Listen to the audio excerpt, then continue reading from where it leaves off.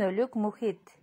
Ал эми сабактын максаты планетадагы суунун тиричиликке кандай мааниси бар экендигин билишет. Дүйнөлүк мухит тууралуу билүү менен түшүнүктөрүн айтып бере алышат. Сууну туура пайдаланууга жана таза күтүүгө тарбияланышат. Балдар, эсиңерде барбы? Биз өткөн сабакта материктер жана дүйнө бөлүктөрү деген теманы өткөнбүз.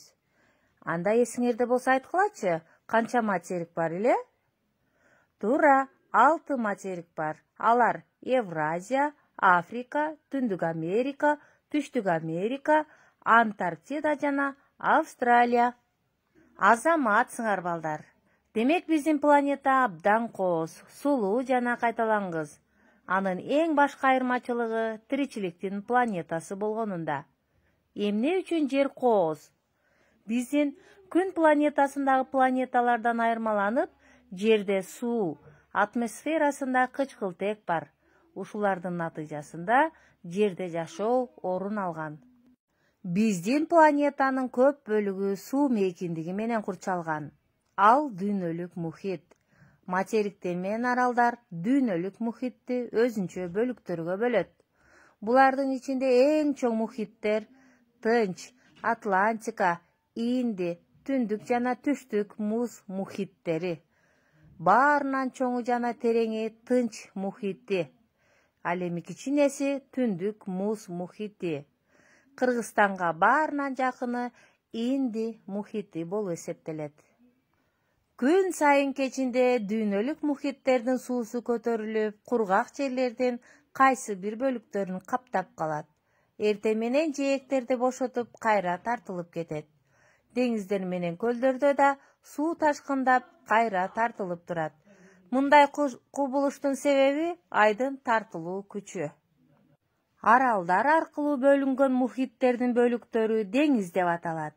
Деңиз менен мухиттин суулары туздуу болот. Кургактыктагы суу бул дарыялар, көлдөр, саздар, муздар жана жер алдындагы суулар. Тузсуз суунун эң чоң запасы Антарктиданын муздары. Антарктиданын жээктеринде жана Гренландия аралдарында сүзүп жүргөн муз тоолору кездешет. Булар айсбергдер деп аталат. Тоодогу муздар көптөгөн өзөндөрдүн, дарыялардын башталышы. Биздин өлкөдө бир нече миң муздар бар. Булардын ичинен эң чоңу Түштүк эңилчек болуп саналат. Жер алдындагы суу туздуу жана тузсуз болушу мүмкүн. Ал муздак, жылуу жана ысык болот. Курамында адамдын ден соолугуна пайдалуу элементтери бар минералдык суулар көп учурайт. Көп жайларда жер астындагы суулар жер үстүнө чыгат. Жер үстүнө чыккан суулар булак же башат деп аталат. Дүйнөлүк мухиттер жана кургактагы суулар ар дайым жаңырып турат. Бул суунун жаратылыштагы алмашуусуна барабар келет. Дүйнөлүк мухиттин суусу өтө кир. Мунай заттын төгүлгөнү өтө коркунучтуу. Эсиңерде болсун балдар, дүйнөлүк мухит бул жердеги бирдиктүү үзгүлтүксүз суу мейкиндиги. Кургактагы суулар, дарыялар, көлдөр, жер алдындагы суулар жана муздар булардын баары планетадагы тузсуз суулардын башаты. Мынакей балдар, дүйнөлүк мухиттер, суулардын жашоодогу пайдасы, суулардын жаратылыштагы айланышы кандайча жүрөт. Мына булар тууралуу айтып бергиле.